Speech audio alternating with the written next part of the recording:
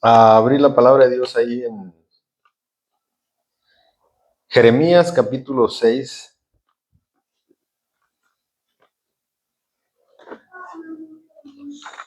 Jeremías 6:16. Dice, así dice el Señor, paraos en los caminos y mirad y preguntad por las sendas antiguas, cuál sea el buen camino y andad por él, y hallaréis descanso para vuestra alma. Mas dijeron, no andaremos. Jeremías 6:16. Paraos en los caminos y mirad y preguntad por las sendas antiguas, cuál sea el buen camino. Sabemos que Isaías, Jeremías, Ezequiel, Daniel, todo eso son profecías para el último tiempo. No eran para el tiempo que estaba viviendo Israel, sino para el tiempo que nosotros estamos viviendo. Y si aquí advierte, lo que tenemos que hacer en el último tiempo es parados en los caminos. ¿En cuáles caminos? Porque cada religión, cada enseñanza, cada doctrina se considera un camino hacia Dios, ¿sí?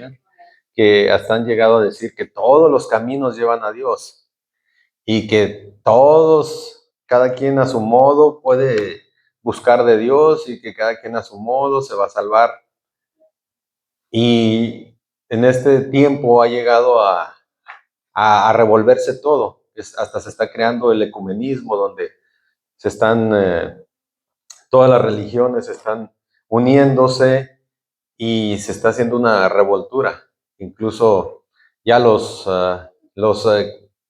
protestantes y los católicos ahí poco a poco se van haciendo amigos, donde ya nadie critica a nadie supuestamente, porque ya el juzgar lo llaman que es incorrecto, que ahora no hay que juzgar, así es que el que cree en lo que quiera creer, nadie diga nada. Pero ese modelo no lo vemos en el Señor. El Señor decía las cosas claras, cayera quien cayera, porque solo hay una verdad, solo hay un camino. Entonces, aquí nos advierte en Jeremías, párense en los caminos y nos da la clave para poder nosotros identificar el verdadero, porque va a haber muchos, el Señor dijo que en el último tiempo vendrían muchos en su nombre, muchos engañadores, y a muchos engañarán. Los apóstoles lo advirtieron que en el último tiempo no iban a sufrir la sana doctrina y que se amontonarían maestros conforme a sus propias concupiscencias y apartarían de la verdad del oído y se irían a las fábulas, porque la gente iba a tener comezón de oír, porque la gente no quiere, no tiene ganas de la verdad, no tiene ganas de una relación con Dios, quieren solo algo que les calme la conciencia y un lugar que se acomode a su gusto, que no se les exija, que donde la carne esté contenta, esté cómoda. Entonces las iglesias se han ido adaptando al gusto de la gente y no la gente al gusto de la palabra de Dios, porque eso es lo que hace la religión. La religión se vende al mejor postor porque todas cobran, todas reciben dinero, todas las religiones son corruptas, todas, todas, todas, porque desde el momento que explotan a la gente, le sacan dinero y de ahí viven los que trabajan en eso, viven de ahí. Desde ahí ya hay corrupción, el dinero corrompe, el amor al dinero es la raíz de todos los males. Todas probablemente empezaron bien en sus principios. Los fundadores empezaron con un corazón limpio, deseando hacer el bien, pero toda organización empieza a crecer, empieza a juntarse dinero, porque para que una organización se mantenga necesita dinero. Y vienen otros nuevos líderes y luego ya cuando se empieza a amontonar, se empieza a juntar y ya empieza a crecer, poco a poco va creciendo el dinero. Entonces viene a picar la avaricia, porque desde el principio está mal fundado. Por eso nosotros vamos a ir a las sendas antiguas, cómo era en realidad. Y vamos a ver si en realidad lo que se predica actualmente es el verdadero evangelio. Poco a poco lo vamos a ir descubriendo. ¿Cómo era el modelo de Cristo y cómo es el modelo de hoy en día? Y cómo es el modelo de Satanás, cómo es el modelo del Señor. Y ahí vamos a descubrir si las religiones actuales las está dirigiendo Dios o las está dirigiendo el enemigo. Porque miren lo que dice Primera de Juan. Vamos a Primera de Juan capítulo 18.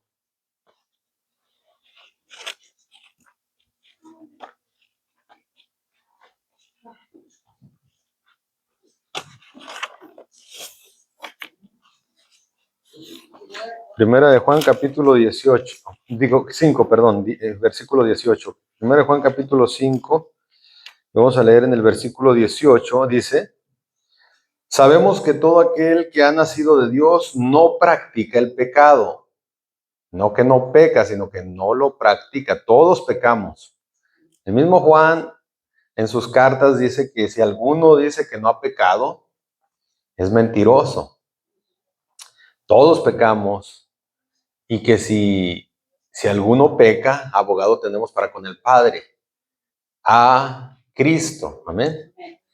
Pero el que ha nacido de Dios no lo practica. Practicar el pecado es algo constante, ya una constante, ya no es un error, ya no es una equivocación, ya no es una caída. Dice, sabemos que todo aquel que ha nacido de Dios no practica el pecado, pues aquel que fue engendrado por Dios le guarda. ¿Quién fue el que fue engendrado por Dios? Yeshua, Cristo, amén. Le guarda y el maligno no le toca.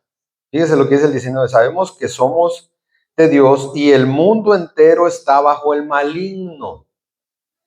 El mundo entero está bajo el maligno, pero sabemos que el Hijo de Dios ha venido y nos ha dado entendimiento para conocer al que es verdadero. Y estamos en el verdadero mediante su Hijo, Yeshua el Mesías. Este es el verdadero Dios y la vida eterna. ¿Quién es el verdadero Dios y la vida eterna? El que se encuentra por medio de su Hijo. Que a veces no se interpreta bien eso. Y es donde muchos, no, pues ahí dice que Cristo es el verdadero Dios y la vida eterna. El verdadero Dios y la vida eterna es aquel que puedes encontrar por medio de su Hijo. Y sin su Hijo, no tienes al verdadero Dios. ¿Amén?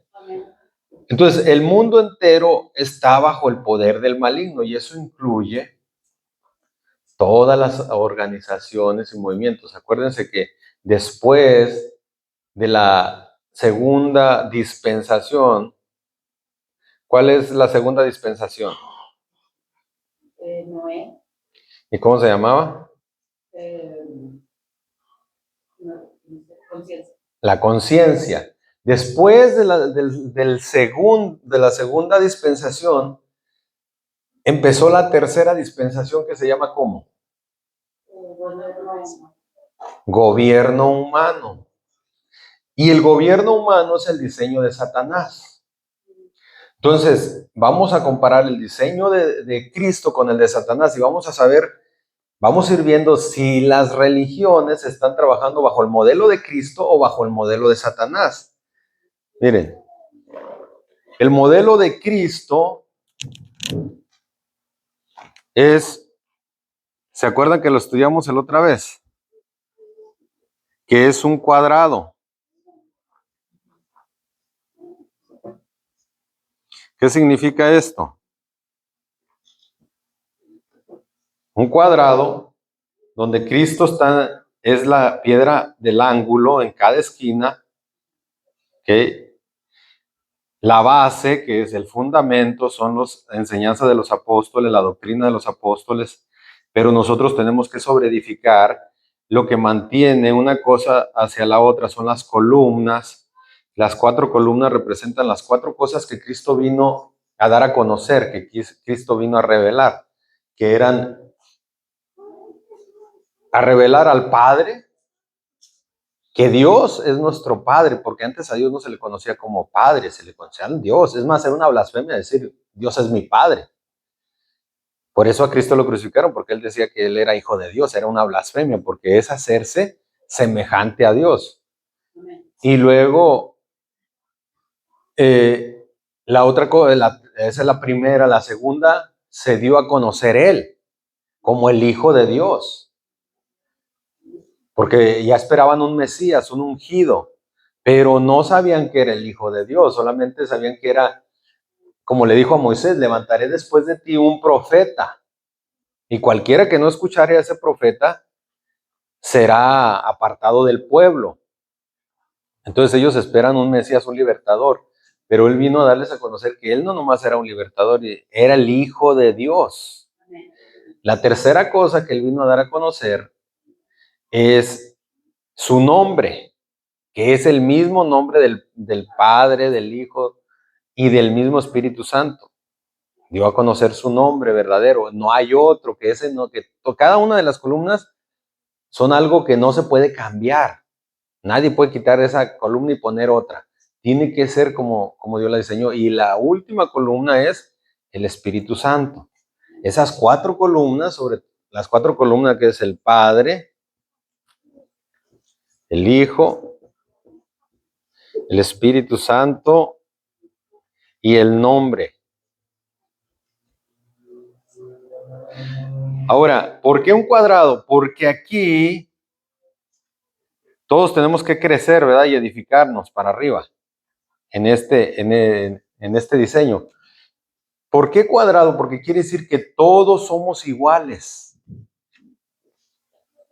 Todos somos iguales. No hay, por eso dice la Biblia, que es más, en Cristo ya no hay varón ni hembra, ni judío ni gentil, ni libre ni esclavo. En Cristo su modelo es de igualdad. Es más, al contrario, el que quiera hacerse grande tiene que hacerse siervo de los demás. Pero fíjense el modelo de Satanás. El modelo de Satanás es este, y lo presentan en todas partes. Por eso siempre lo van a ver ustedes en todo lo satánico, todo lo ocultista, que incluso el dólar tiene eso y el ojo. Sigue la pirámide, ¿verdad? ¿Por qué este es el modelo de Satanás? ¿Cuál es la diferencia entre el modelo de Dios y el de Satanás? La diferencia radica en que hay jerarquías. La base de acá son los laicos. Estamos viendo que está en todos los gobiernos, tanto en los gobiernos de los países, en las fábricas, en todo. Ese es el modelo, por eso es el mundo entero está bajo el poder del maligno. Todos estos, los laicos, el vulgo, le llaman la gente, el pueblo, sobre ellos están los líderes.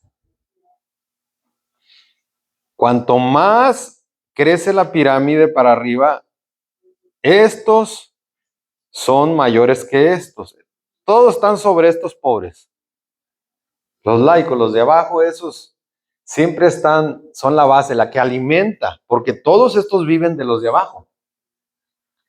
Los políticos viven de nosotros y están que los diputados, los senadores, y luego ya viene el presidente, van creciendo las jerarquías.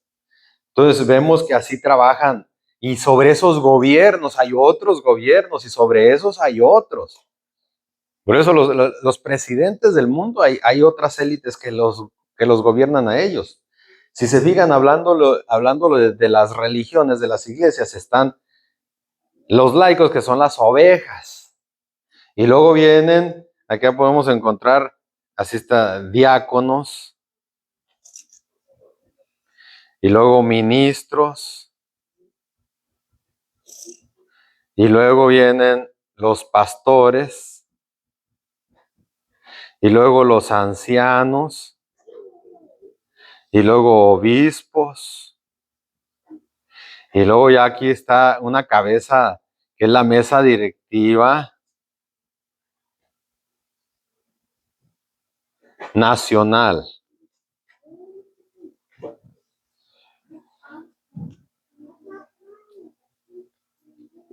Entonces, entre más sube es más importante que el resto y tiene más autoridad, va recibiendo más autoridad. En Cristo todos recibimos la misma autoridad. ¿Amén? El único que está sobre todos nosotros es Cristo. En el modelo de Satanás no. Estos son más importantes que estos y luego estos tienen más que estos y luego estos más que estos. Ahora, aquí ya empiezan a recibir dinero, paga, un pago. Pero si un pastor sube a anciano, el pago sube. Y si de anciano a obispo, el pago sube, aumenta, o sea, el sueldo va aumentando. Y si usted ve el modelo de Cristo, nadie recibía dinero. ¿A qué se basan ellos? A una escritura que dice que el que trabaja en el Evangelio viva del Evangelio.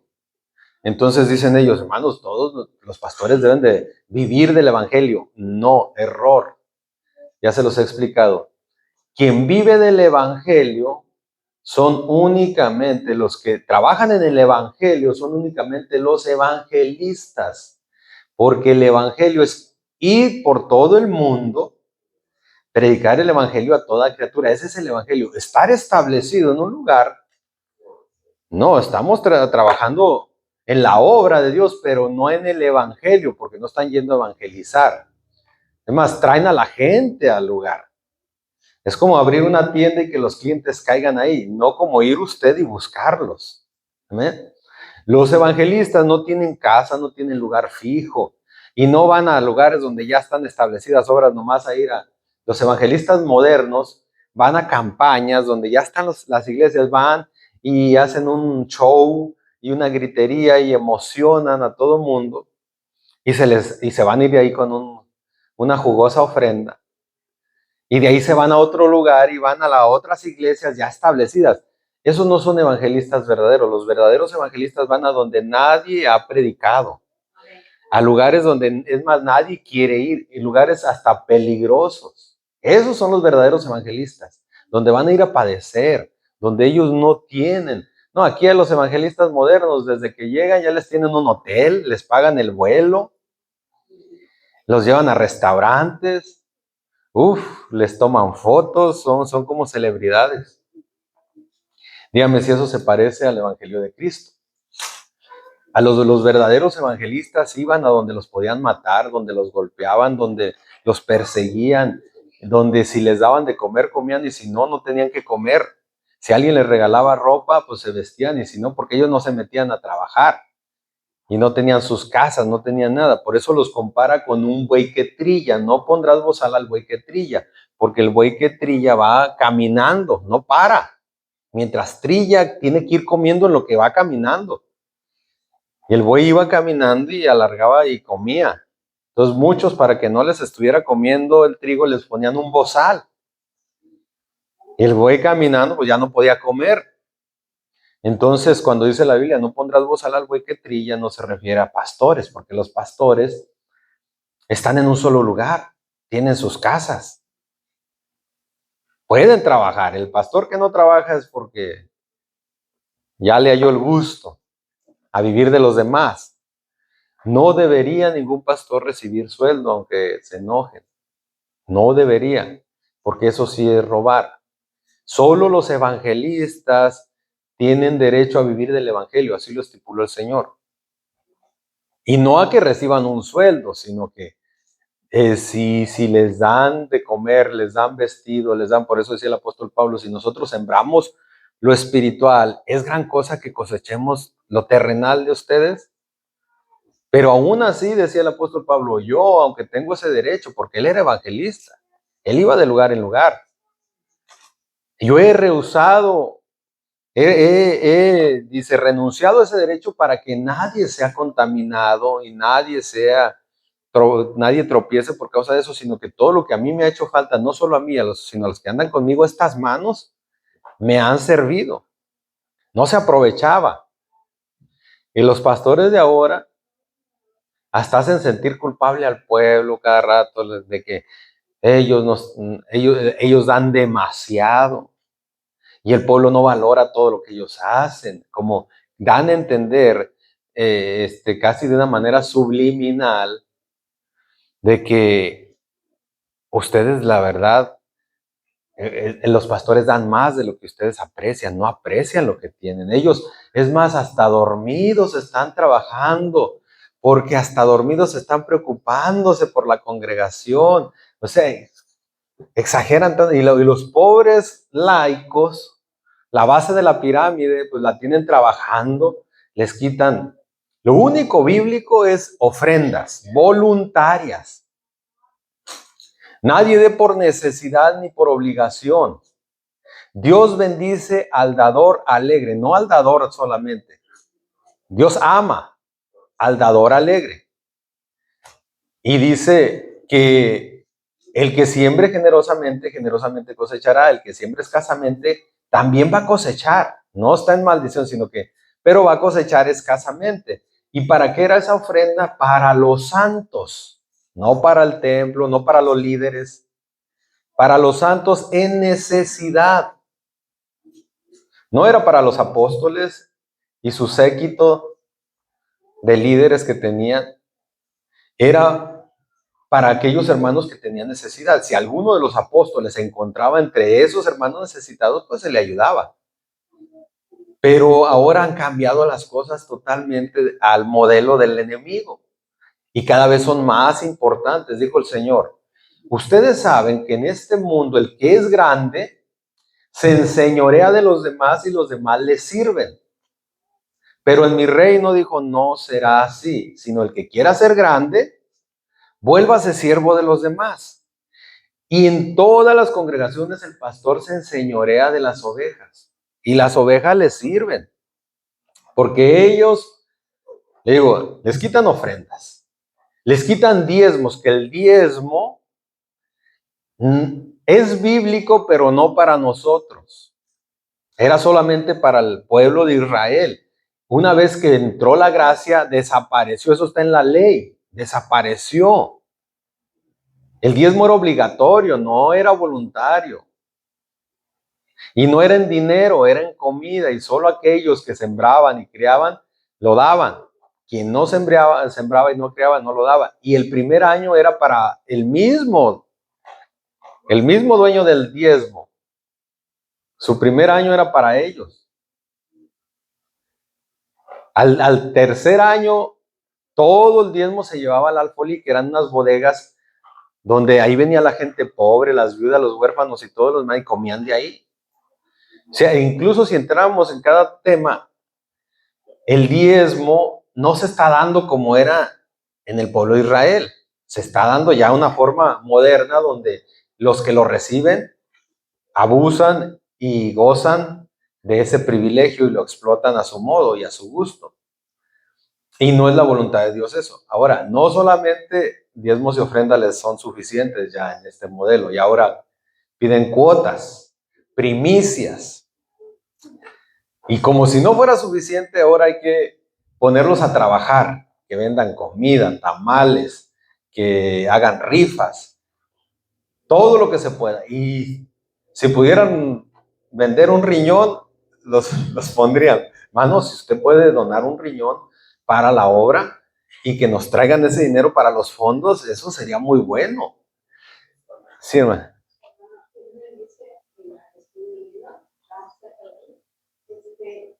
El pastor, los que pasan enfrente, todas las almas limpias, y da recintos de mensajes que llegan al Señor, pasan enfrente a orar para. Sí, sí, le dan, mire, por eso ya hoy en día todos los pastores en la mayoría de las organizaciones, sobre todo las más importantes, para ser pastor tiene que ir al colegio, y una de las clases que le dan en el colegio bíblico es psicología. Y la psicología se encarga de manipular al ser humano. Es el poder de que yo lo puedo manipular y hacer que haga lo que yo quiero. Si yo quiero que lloren, y si yo estudio psicología, aprendo cómo hacerlos tocar sus sentimientos y hacerlos que empiecen a llorar. Sí, y si quiero que den dinero, Y yo estudié psicología, es muy fácil lograr hacerlos tocar su mente y sus sentimientos para que suelten la bolsa. Tengo que hacerlos sentir que Dios está que eso es una obra de Dios y que todo, Dios va a estar muy contento y que Dios te va a bendecir. Y sobre todo, si no funciona una cosa, la otra. Y si no es por las buenas, por las malas, vas a ser maldito, maldito, sois con maldición. Ustedes, todo el pueblo, me habéis robado. Y están, ahí el Señor les está hablando, es más, además a los sacerdotes, porque todo el diezmo que llevaban, los sacerdotes se quedaban con él.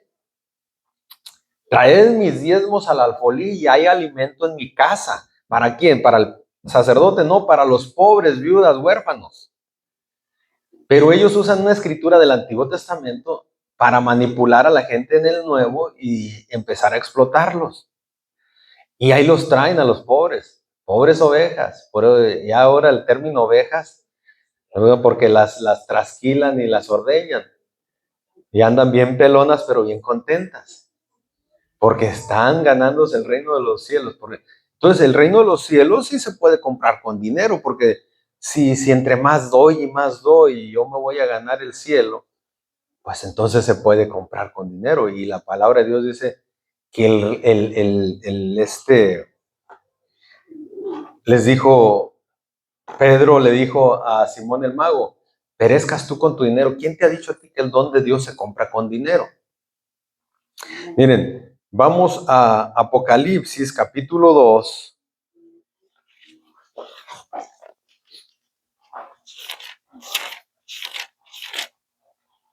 Capítulo 2, versículo 12.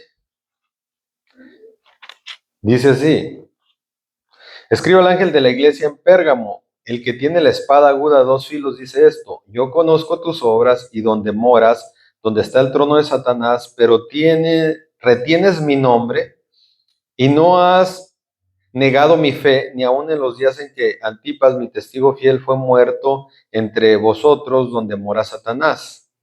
Pero tengo unas pocas cosas contra ti, que tienes ahí a los que retienen la doctrina de Balaam, que enseñaba a Balac a poner tropiezo ante los hijos de Israel, a comer de cosas sacrificadas a los ídolos y a cometer fornicación.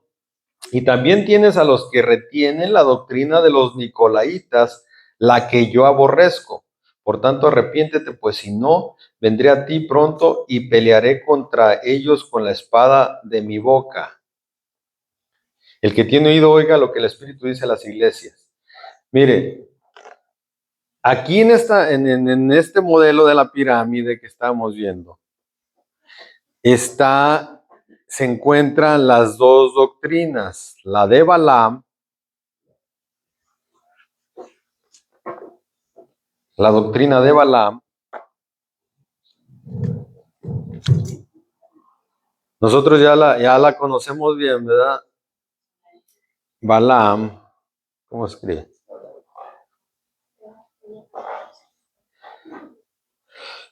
Balaam con doble A. Balaam. Pero para la gente que no está familiarizado, la vamos a explicar. La de Balaam y la doctrina de los nicolaitas. Estas dos doctrinas van de la mano. La doctrina de Balaam, para saber, pues tenemos que saber quién era Balaam. Balaam es el famoso profeta al que le habló el asna. Y acuérdense cómo fue la historia. Vino un rey a ofrecerle dinero a Balaam para que maldijera al pueblo de Israel. Dijo, ese pueblo viene y es muy poderoso y está, donde quiera sale triunfador. Te ofrezco dinero, quiero pagarte porque me lo maldigas. Y Balaam era un profeta y era un profeta de parte de Dios. Entonces Balaam dice, no lo puedo maldecir porque es pueblo santo, pero déjame consulto a Dios. ¿Por qué? ¿Por qué no le dijo tajantemente, no, ya, no se puede, retírate, no, no, deja consulto? Porque lo motivaba el incentivo de lo que le iban a dar. Y va y consulta a Dios y Dios le dijo, tú no puedes maldecir ese pueblo es santo. Y alguien le dice, no, pues Dios no deja que eso suceda. Se van los enviados del rey, después vuelven a ofrecerle más. Dice, aunque el rey me diese la mitad de su reino, no puedo, pero dejen voy y consulto, con la esperanza de que Dios cambiara de idea, porque a Balaam lo movía el amor al dinero, la codicia. La segunda vez Dios le dice, mira, ve a tal parte y te voy a decir lo que vas a hacer. Y es cuando en el camino, o sea, un ángel se paraba en el camino para matarlo y la asna salía del camino. Y más adelante volvía otra vez el ángel a pararse. Él no lo podía ver, pero el asna sí. Y él dice que tenía la espada desenvainada para matarlos. Y el asna le rodeaba. Y él la golpeaba hasta que llegó un punto donde era como, era como un callejón, no se podía abrir. O sea, lo único era, tenía que pasar por ahí. Entonces el asna, como ya no se podía rodear, se echó, ya no quiso caminar. Y él la golpeaba. Y fue cuando el asna habló. Entonces, ¿cuál es el problema de la doctrina de Balaam? Es cuando alguien usa un don de Dios, porque él quería usar su don de profeta, para beneficiarse económicamente. Entonces, si alguien es pastor, para que alguien sea pastor tiene que tener un don de Dios, primeramente, y luego un llamado. Igual, Balaam tenía un don y un llamado. Tenía el don de profetizar y el llamado de Dios como profeta. Entonces, un pastor, para poder ser pastor, primero tiene que tener el don de palabra y sabiduría. Un pastor que no puede predicar, que no sabe predicar, que no es apto para enseñar, entonces, ¿cómo va a ser pastor?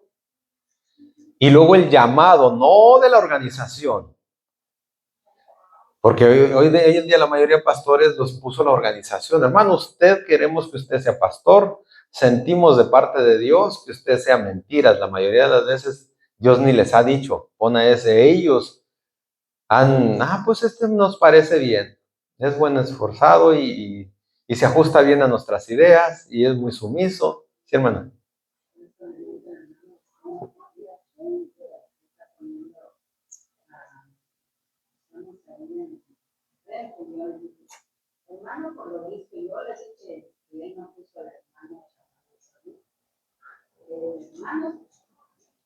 Es que cuando uno siente el llamado, uno lo empieza a hacer. Cuando uno siente ese deseo de servir a Dios, nadie te pone, y yo por eso le digo, yo no pongo a nadie ni lo quito. El que tenga el llamado, empiécelo a hacer. Si usted tiene la pasión, el deseo de enseñar, de predicar, de cantar, de lo que quiera hacer, esta obra es de todos. Por eso le digo, el modelo es cuadrado. Aquí no hay jerarquías aquí.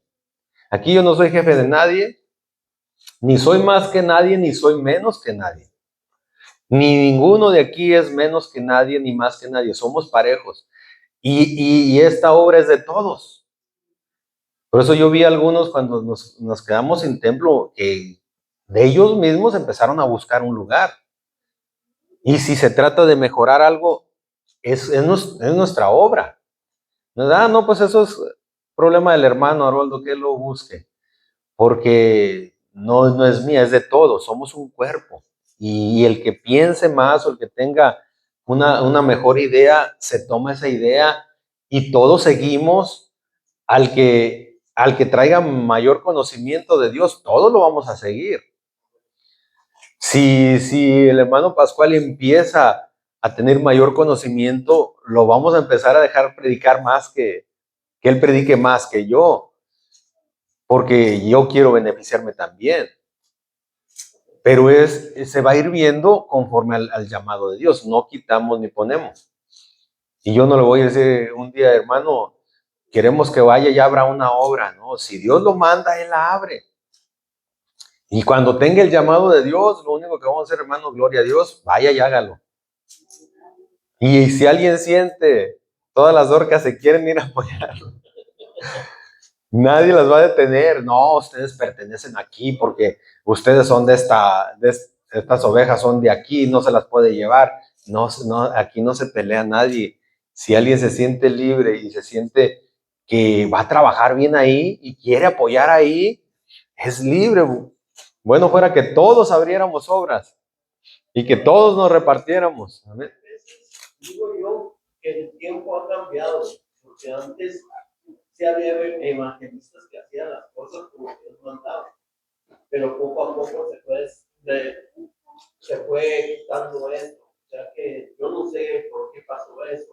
A mí me tocó ver cuando la misión apostólica empezaba y cuando la misión se volvió la iglesia apostólica de México. Sí, es lo que le digo, todo empezó bien, pero los corrompió el dinero. Porque ahora ya los pastores modernos ya no quieren abrir obras. O sea, si ya tienen, yo digo, ya 50 miembros, 100 miembros ya son demasiados para una obra. Ya deberían de repartirse en 2 obras de 50. Pero ¿qué es lo que hacen? Como, no, dicen, pues si ya me reparto en 2 obras, me va a tocar de a menos. Y yo quiero más dinero, quiero mejores templos, porque entre menos gente, el templecito va a ser más humilde, porque también está la vanagloria. Que también eso, quiero ser el pastor que tiene 500 miembros y quiero ser reconocido por todos y que todos digan, wow, mira el hermano, mira el templo que tiene, mira el liderazgo que carga. Entonces se vuelven vanagloriosos y en vez de abrir obras, compran templos más grandes. Y para comprar ese templo más grande hay que sacarle más dinero a la gente para mantenerlo. Y tenemos 500, yo quiero 1000 miembros. Y si llego a tener una mega iglesia de 30,000 miembros, como muchos de esos, pura vanagloria, pura vanidad, que ese no es el modelo del Señor. Y ya se siente que él es el pastor que tiene más miembros, es mejor que el que tiene poquitos. Y ese ya no es el modelo de Dios, de estar presumiendo sus congregaciones. Hermano, ¿cuántos tiene usted? ¿Y usted a cuántos ha bautizado? ¿Y usted cuántos ha sanado? O sea, ya se vuelve vanagloriosa la gente, a querer presumir. ¿Cuántos tiene? ¿Cuántos lleva? ¿Cuántos ha hecho? ¿Cómo está su templo? ¿Cómo está aquello? Es más, el apóstol Pablo decía, yo ni siquiera he bautizado a nadie. Y si había bautizado, he bautizado a 1 o 2 por ahí, y de lo demás ni me acuerdo, porque yo no vengo a bautizar, porque muchos se peleaban. Y es más, los hermanos, los laicos caen en ese problema de que, no, yo soy de fulano, yo soy de sutano. No, mi pastor es aquel. Y mi iglesia es aquella. No, nuestro pastor es Cristo, nadie más. Y si usted se va a un lugar es porque ahí siente que está siendo edificado, no porque ese sea su pastor y yo lo tengo que seguir hasta el fin del mundo. Porque nuestro pastor es Cristo. Por eso la iglesia ya sufría de esos ciertos problemas desde el principio, porque se peleaban, que yo soy de Pablo, que yo soy de Apolos, que yo soy de Cefas, o sea, Pedro. Y este es mejor que aquel.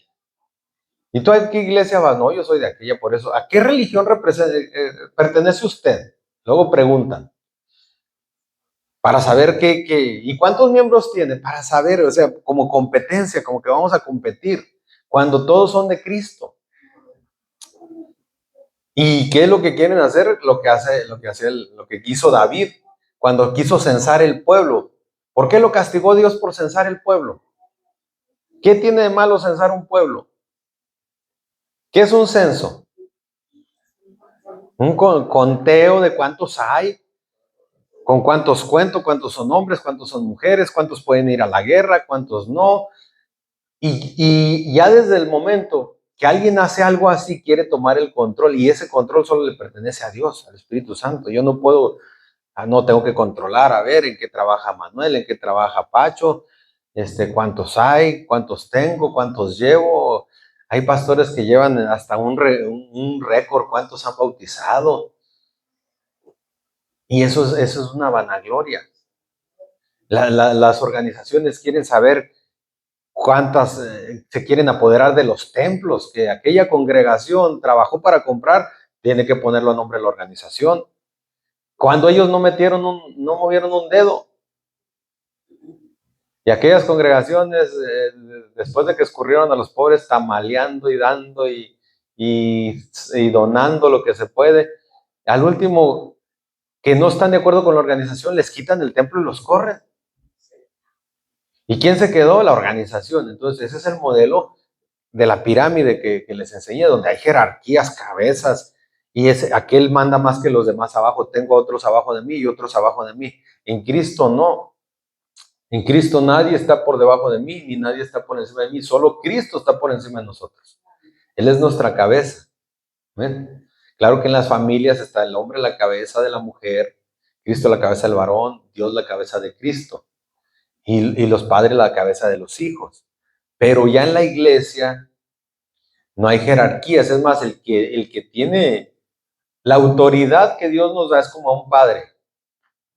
Si yo soy la cabeza de mi familia, que diga a mi esposa, te me vas a trabajar y me traes dinero, porque yo soy la cabeza, yo soy el líder aquí, entonces tú me tienes que mantener. Y te llevas a los niños y vendan tamales y lo que puedan sacar me traen y me tienen que mantener bien a gusto y yo ahí como un rey.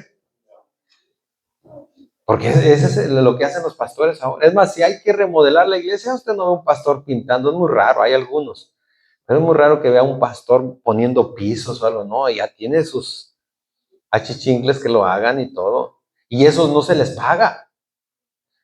Vienen los hermanos y meten horas y días pintando y todo, y a ellos no se les da un 5. Pero el pastor, por sus predicaciones los domingos, tiene que darle su sueldo. Entonces, no, y usan mucho, no, que el obrero es digno de su salario, entonces páguenles a los que pintan, a los que arreglan, a los que limpian la nieve, cortan la yarda, ¿por qué no? No, es que ellos tienen que donarlo de su tiempo para el Señor, y como el pastor no puede donar su tiempo para el Señor, porque a él sí se le tiene que pagar. Pero los mismos, que aquí es donde entra la doctrina de los nicolaitas. Ya hablamos, la de Balaam es usar el don para beneficiarse. Si es evangelista, va y predica y recibe, y de ahí vive. Hay evangelistas ahorita que viven muy bien, porque se la pasan de campaña en campaña y a donde van les dan dinero. Ahí en México hay uno que ni siquiera, a veces en los sepelios le han pedido que vaya a cantar y les cobra por hora.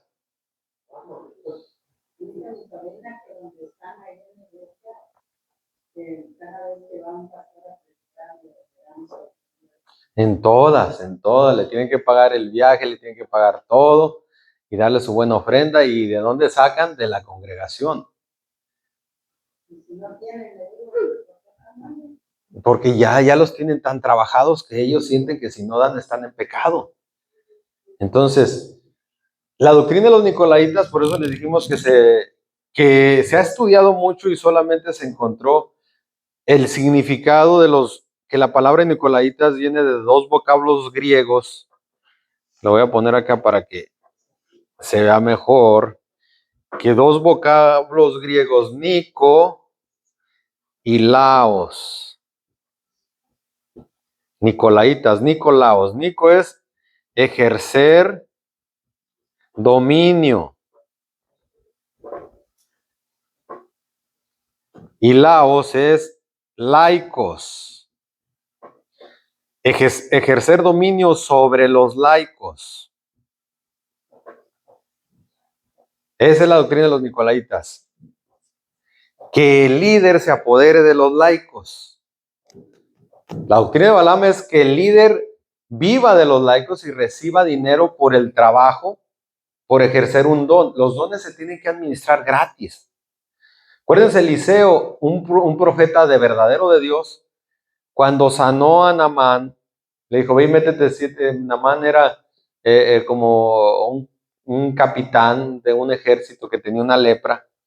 Y le dijeron, ve con un profeta que hay ahí y él te puede ayudar. Y fue y le dice a Eliseo, ve y métete 7 veces al río Jordán.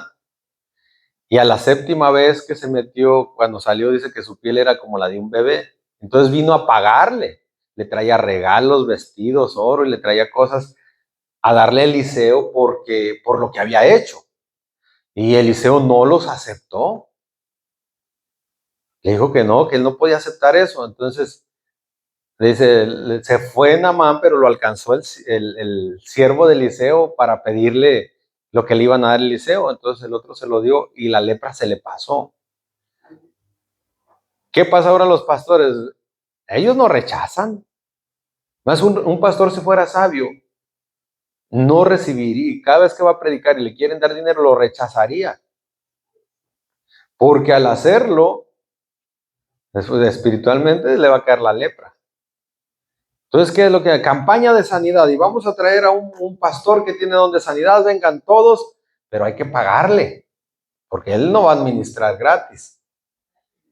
Y vengan a una noche de milagros, y hasta le ponen sus títulos muy llamativos para que la gente venga. Y ahí va la gente, ay, pues yo que tengo un dolor, y dicen que sanan, y ahí van tras de ellos, y ni sanan.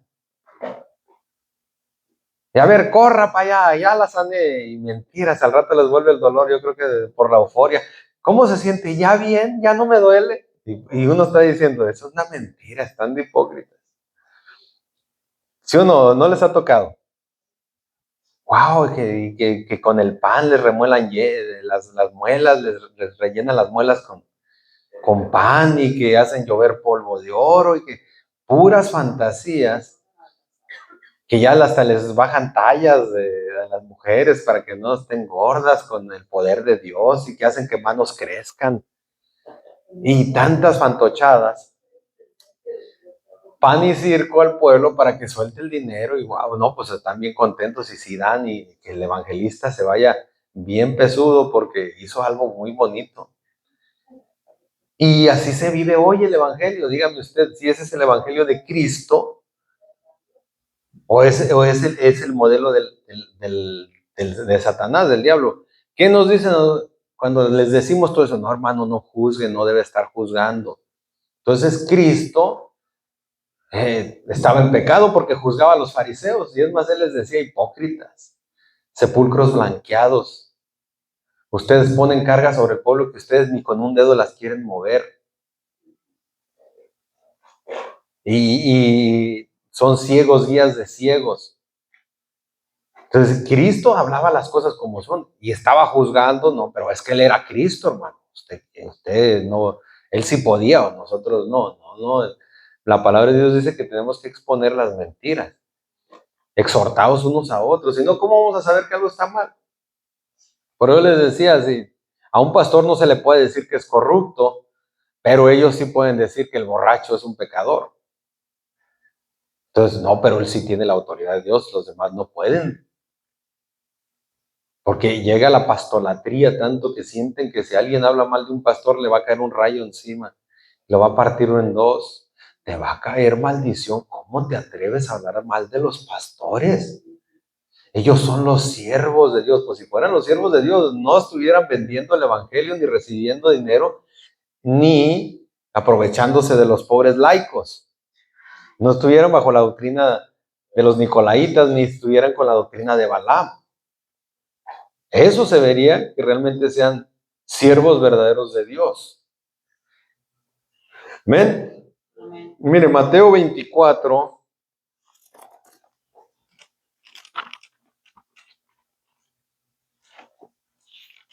(14) dice: y será predicado este evangelio del reino en todo el mundo para testimonio a todas las naciones, y entonces vendrá el fin. ¿Por qué no ha venido el fin? Porque el evangelio que se predica hoy en día no es el evangelio del reino. Es un evangelio, como dice ahí, vamos a Gálatas capítulo 1. Miren.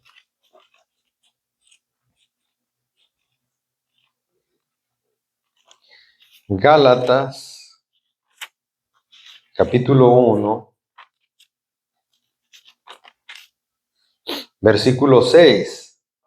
Dice: estoy maravillado de que tan pronto os hayáis alejado del que os llamó por la gracia de Cristo para seguir un evangelio diferente, No que haya otro, sino que hay algunos que os perturban y quieren pervertir el evangelio de Cristo. Mas si aún nosotros o un ángel del cielo os anunciare otro evangelio diferente del que os hemos anunciado, sea anatema. Como antes hemos dicho, también ahora lo repito, si alguno os predica diferente evangelio del que habéis recibido, sea anatema. Entonces, ya desde ahorita con lo que acabamos de exponer, el evangelio que se predica hoy en día, ¿es diferente o es igual al de la iglesia primitiva?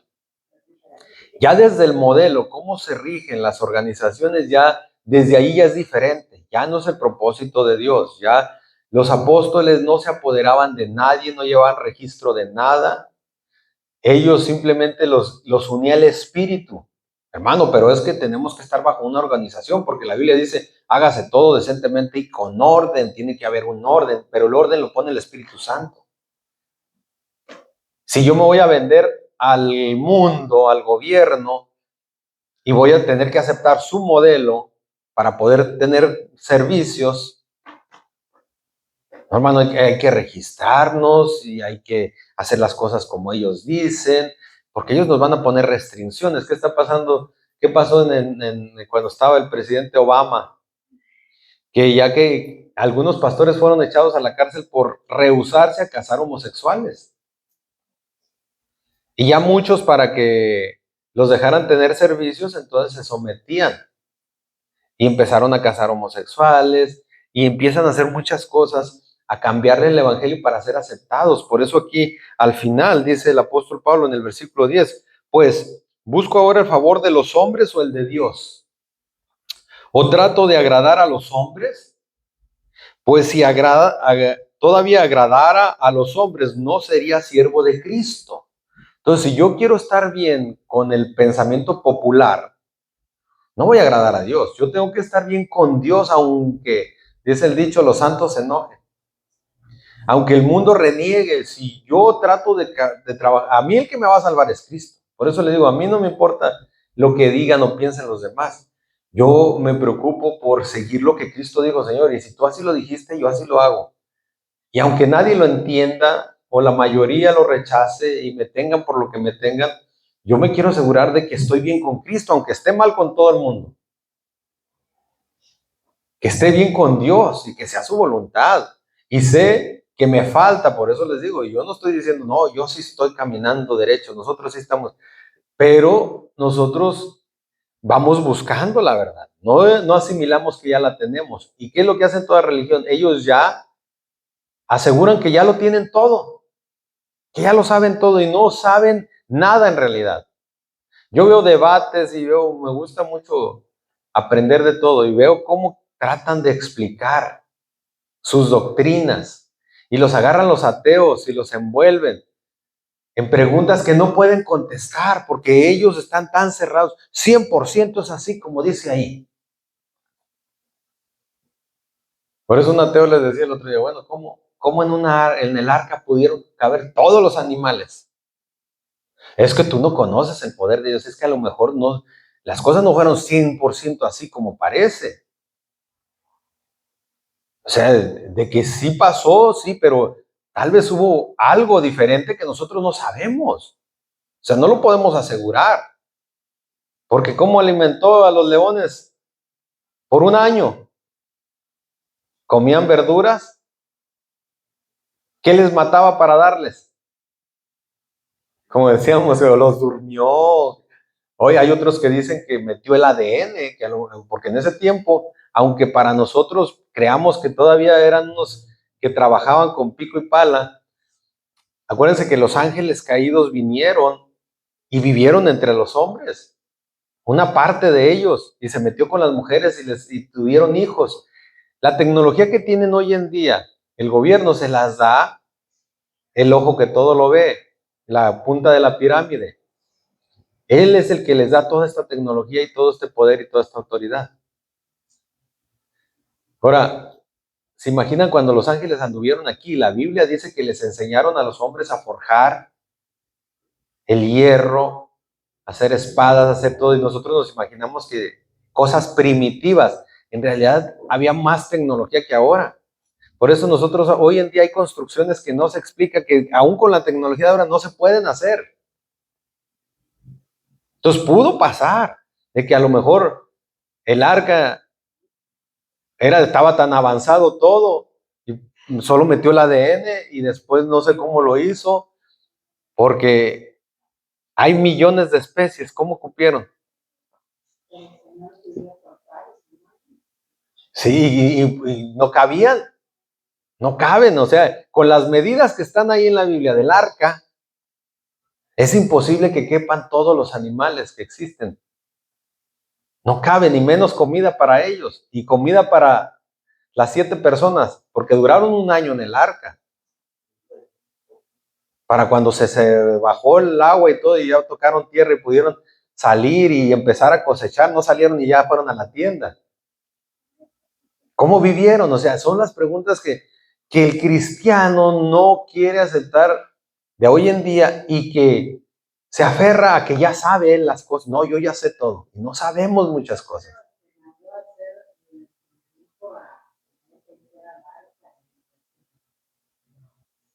Pudieron haber pasado muchísimas cosas que si yo me pongo, no, yo sí sé cómo, y sí pasó así exactamente. Yo no sé, a lo mejor algo pasó. No sé, sé que la Biblia sí creo que hubo un diluvio y sí creo que el Señor salvó a esas personas y acabó con toda la depravación, pero no sé cómo exactamente, porque nosotros tenemos unas escrituras que han pasado miles de años, de mano en mano, en mano en mano, y ellos muchas cosas, por ejemplo, ahí hay partes donde la Biblia describe ovnis, y a Elías se lo llevó un carro de fuego, o sea, fue levantado en un torbellino, pero un carro de fuego. ¿Qué era un carro de fuego? Puede haber sido una nave que ellos la describían así. Y uno se imagina una carreta en llamas, con caballos en llamas que vino y los apartó porque creemos que todo estaba así. No, Dios es tan avanzada su tecnología. Si la de nosotros hoy en día está avanzada, ¿cómo estará en los cielos de avanzado? Y mandó unos caballos envueltos en llamas con una carreta envuelta en llamas y se llevó a Elías en un carro Era otra cosa que nosotros nos pudo haber pasado, o sea, no meternos más allá de lo que pues, nosotros no nos consta, solamente ahí dice la Biblia. Yo solo puedo decir lo que ahí dice la Biblia, pero no puedo asegurar cómo, porque tratan de dar una explicación a lo que ellos no saben. Y nosotros, hermanos, vamos en el conocimiento poco a poco. Lo importante es enfocarnos en los puntos más interesantes, más importantes que son los de salvación, y ya después, si empezamos a conocer detalles, el Espíritu Santo nos muestra detalles, pues vamos conociéndolos. Pero asimilar y todas las religiones asimilan, nosotros ya tenemos toda la verdad. Y solo somos los buenos nosotros, los demás están mal.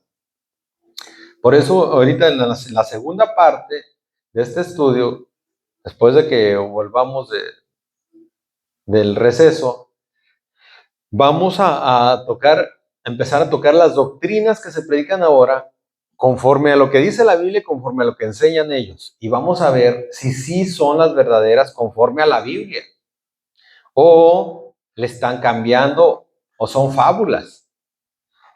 Porque la gente tiene que conocer la verdad. Conoceréis la verdad y la verdad os hará libres. ¿Y qué es la verdad? Porque hasta Pilato preguntó, ¿qué es la verdad? Y luego salió y no escuchó la respuesta. ¿Qué es la verdad? ¿Qué? La palabra es la verdad. ¿Y quién es la verdad? ¿Y quién es la palabra? Yeshua. Cristo es la palabra hecha carne. Entonces, Él es la verdad. Por eso dice, yo soy el camino, yo soy la verdad, yo soy la vida. Pero a Cristo tenemos que creer en Cristo como dice la Escritura, no como enseñan las religiones, porque ellos enseñan a Cristo de una forma errada. Por eso le digo, vamos a ver las dos corrientes, la trinitaria y la unicitaria, a ver cuál de ellas va conforme a la Biblia. ¿Quién es Cristo? ¿Era la segunda persona de la Trinidad? ¿O era el Padre haciéndose pasar por hijo? Porque todavía se me hace, o sea, el Cristo que presentan los unicitarios todavía se me hace como algo hasta ofensivo, porque hacer como que Dios se hizo pasar por hombre y vino a engañarnos y a fingía que él era su propio hijo. Y ahí saquen deducciones y ahí se van a dar cuenta que sí era yo, pero que ellos lo descubran. O sea, están haciendo mentiroso a Dios, y están haciendo mentiroso a Cristo, y están haciendo mentiroso al Espíritu Santo, porque la palabra de Dios no dice que Él era el Padre, dice que Él y el Padre son uno, pero no dice que Él era el Padre en ninguna parte. Y como ellos no la entienden, porque se tiene que esperar la revelación, entonces ellos inventan su propia teoría. Esas son teorías que ellos sacan, que no las pueden comprobar con la Biblia. Según ellos, como se la dan de que no, pues que el pastor, ¿y quién fue el primer pastor que los enseñó? No saben ni quién fue. A lo mejor el primero que nos enseñó esta doctrina, hermano, fue iluminado y Dios le reveló que así era. Porque ni se han puesto a pensar, todos han recibido de otro pastor y de otro pastor y de otro pastor esa enseñanza y la predican a otros. Pero que digan, Dios me enseñó y me lo mostró. Que digan, yo tuve un encuentro, yo soy testigo de que el Espíritu Santo me lo mostró, me lo reveló y me lo trajo a las Escrituras y concordó. No hay ni uno. Todos fue porque fueron a un colegio, o yo lo escuché de este pastor, o lo escuché de aquel evangelista, o lo escuché de mi abuelo o de mi padre, pero nadie lo escuchó directamente del Señor. Entonces, ¿cómo están enseñando? ¿Quién les consta que aquellos no se equivocaron? ¿Amén? Puestos de pie, hermanos, vamos a ahora para terminar aquí la primera parte. ¿Amén?